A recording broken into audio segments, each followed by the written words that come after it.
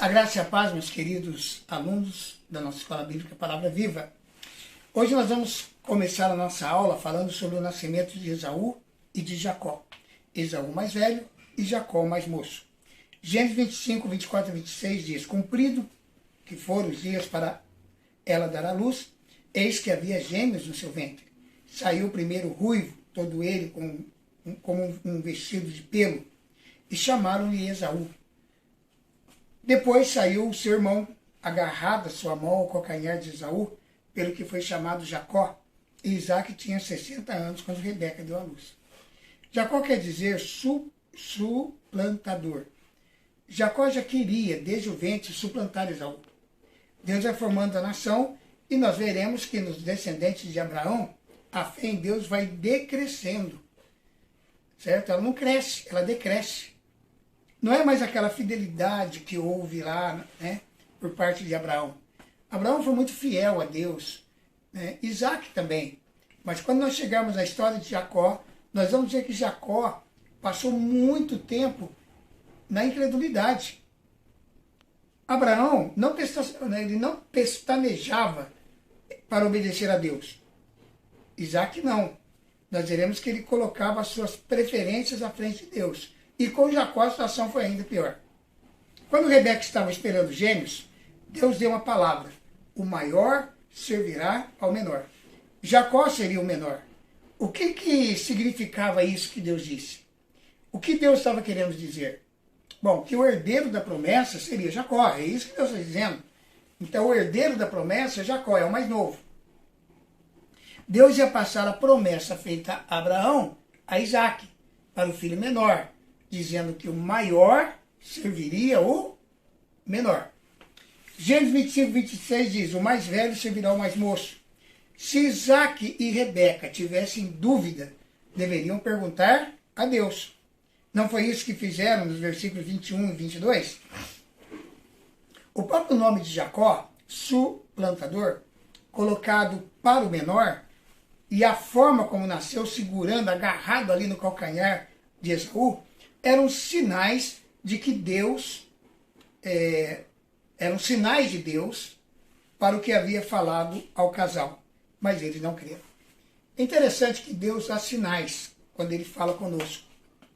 Eu mesmo na minha vida já experimentei sinais de Deus.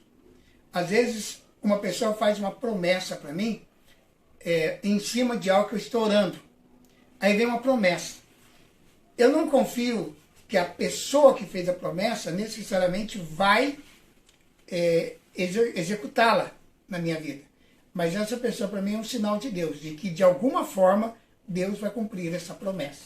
Então, é assim que Deus age. E quando nós aprendemos a trabalhar com as formas diferentes de Deus agir, as nossas orações ficam mais emocionantes, mais empolgantes, porque nós começamos a ver os sinais de Deus no sentido de cumprir aquilo que Ele tem nos prometido enquanto oramos.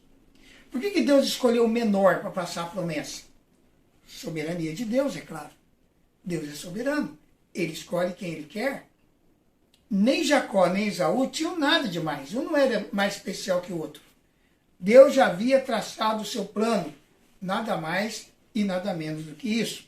É por isso que em Romanos capítulo 9, do versículo 6 a 16, Paulo diz o seguinte: não que a palavra de Deus haja falhado, porque nem todos os que são de Israel são israelitas. Tremendo isso aí. Nem todos que são de Israel são israelitas. Nem por serem descendência de Abraão, são todos filhos. Presta atenção.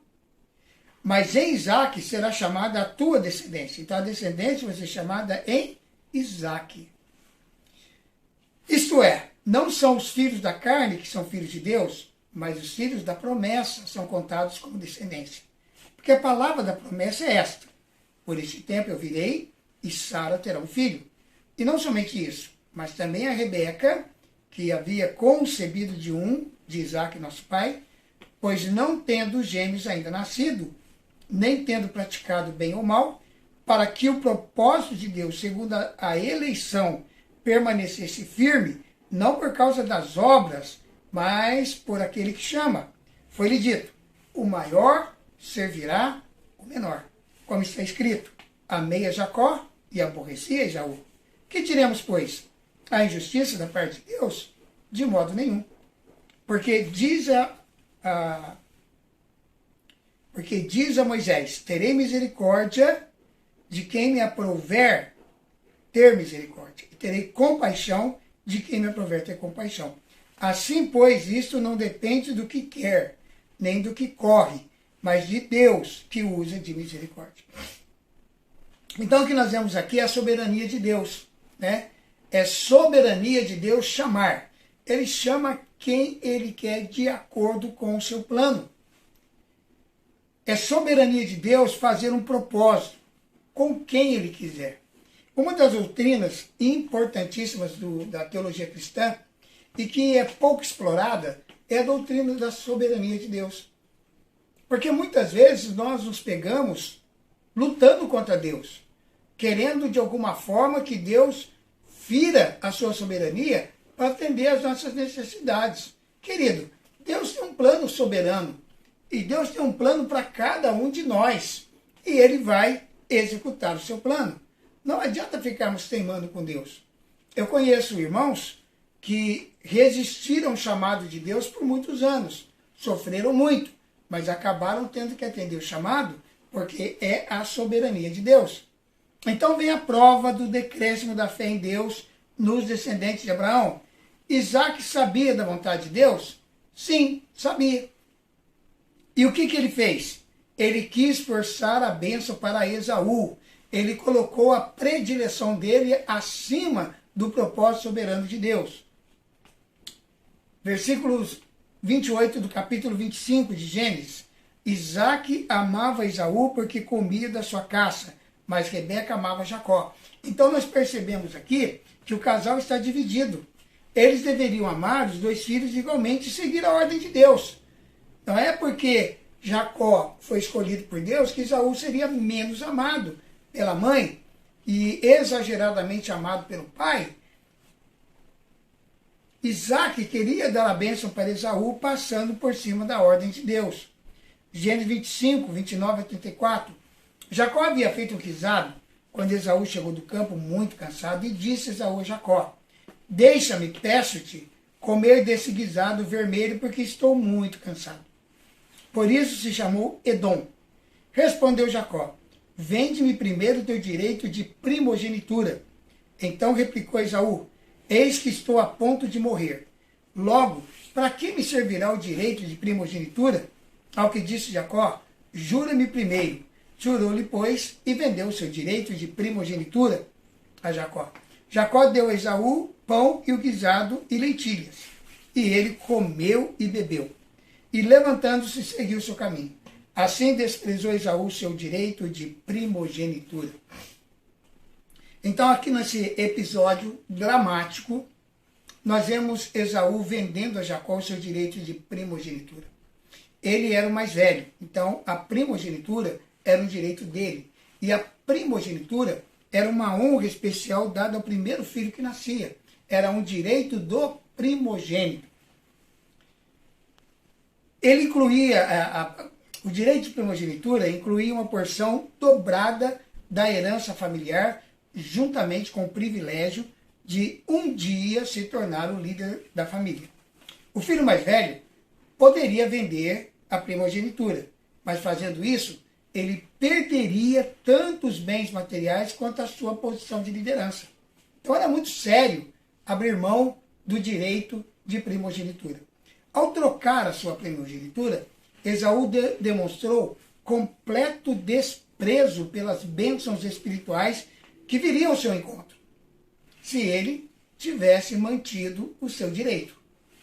Esaú trocou os duradouros benefícios da sua primogenitura por um prazer alimentar imediato.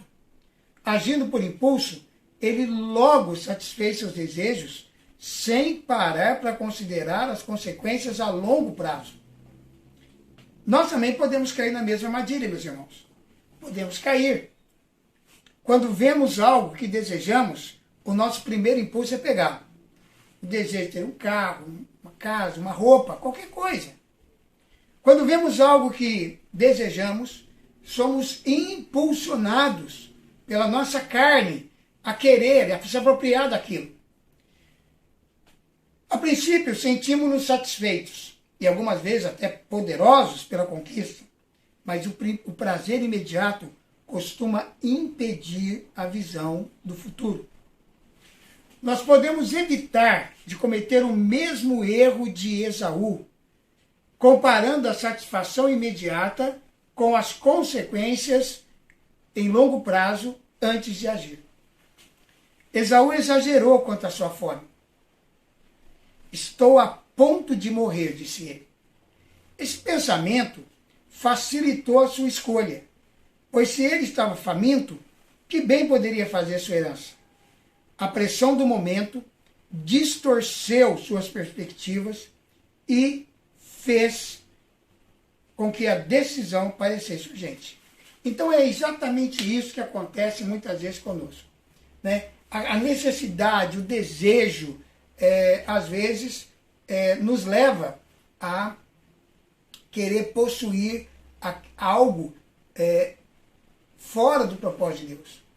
Esaú perdeu o direito de primogenitura, né? A promessa estava sobre Jacó, mas o direito era dele, né? E Jacó ali também demonstrou a fraqueza do seu caráter, induzindo o irmão a vender o direito de primogenitura. Ele poderia muito bem ter dado a sopra para o irmão, né?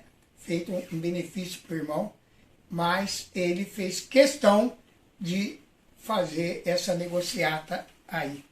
Aí então nós vamos ver no capítulo 26 que Deus vai confirmar a bênção de Abraão a Isaac, né? Deus vai confirmar então a bênção para a Isaac. E a bênção vai passando de geração em geração, né? O propósito de Deus é criar um povo, estabelecer um povo que dentro do propósito de Deus vai trazer a vinda do Messias lá na frente, lá no futuro. Então nós vamos continuar estudando na próxima aula sobre a história dos patriarcas, né? Essa história empolgante, fascinante dos patriarcas. Já vimos o que Deus fez na vida de Abraão, já vimos o que Deus fez na vida de Isaac, e estamos vendo o que Deus ainda vai fazer na vida de Jacó para dar origem ao povo de Israel. Amém? Mas na próxima aula continuaremos falando de Deus confirmando a bênção de Abraão a Isaac. Amém. Eu quero, antes de encerrar a nossa aula de hoje, falar sobre alguns lançamentos da nossa missão Palavra Viva. Nós lançamos, primeiramente, esse livro, esse material de guerra espiritual. Nós vamos fazer esse curso aqui na Escola Bíblica Palavra Viva, tá? Nós estamos agora falando sobre libertação. Quando terminar o curso de libertação, nós vamos falar sobre guerra espiritual, que todo cristão precisa saber. E nós temos aí um livro à sua disposição. É só entrar em contato conosco, eu vou deixar o número do nosso WhatsApp aí. Você liga para nós, ok? E nós enviamos o livro pelo correio, né? Você vai pagar o valor do livro, mais as despesas da postagem, né? E você pode receber em qualquer lugar o nosso livro, que já está disponível na livraria Palavra Viva. Guerra espiritual que todo cristão precisa saber. E nós lançamos agora a continuação desse material, que é Guerra Espiritual em Níveis Mais Elevados, tomo 1 e tomo 2. O tomo 1 são fundamentos da guerra espiritual, tomo 2 é o aspecto prático da guerra espiritual a nível mais elevado. Lançamos também Doenças do Nosso Século, uma série de estudos sobre doenças, enfermidades, pecados que atingem a vida da igreja nos nossos dias e como tratar com isso, como tratar com a avareza, como tratar com o orgulho, como tratar com os pecados intrasociais que afetam os nossos relacionamentos, os pecados sociais e os pecados espirituais. Doenças do nosso século, você pode vencê-las, tá bom? É só você entrar em contato conosco pelo número que vai estar aí na tela e nós atendemos você para você fazer o seu pedido e ter esses materiais em sua mão, ok? e você poderá usá-los para acompanhar o nosso curso, ok? Se você tiver o desejo de adquirir também os módulos, né, do nosso curso Panorama Bíblico, módulo 1, módulo 2, você pode, né, nós temos até o módulo 3 já pronto. Cada módulo ele é dividido em 6 partes, tá? Módulo 1, volume 1, parte 1, 2, 3. Módulo 1, volume 2, parte 1, 2, 3, tá? Então você pode fazer o seu pedido também. Converse conosco, nós vamos explicar para você direitinho e você poderá adquirir os nossos materiais, ok? Nós temos livros também, temos Bíblia. A livraria Palavra Viva é uma livraria totalmente delivery. Nós não temos um ponto, né, comercial, uma loja aberta, né, mas temos o atendimento via WhatsApp, que você pode mandar uma mensagem, pode ligar para nós, fazer o seu pedido. Se você mora em Londrina, nós levamos até a sua casa qualquer material. Fora, nós usamos o correio, tá bom? Deus abençoe. Quero declarar a bênção do Senhor sobre a tua vida, sobre a tua casa, sobre a tua família, em nome de Jesus. Que Deus abençoe ricamente, meu querido aluno, e Deus possa cumprir na tua vida todo o propósito dele.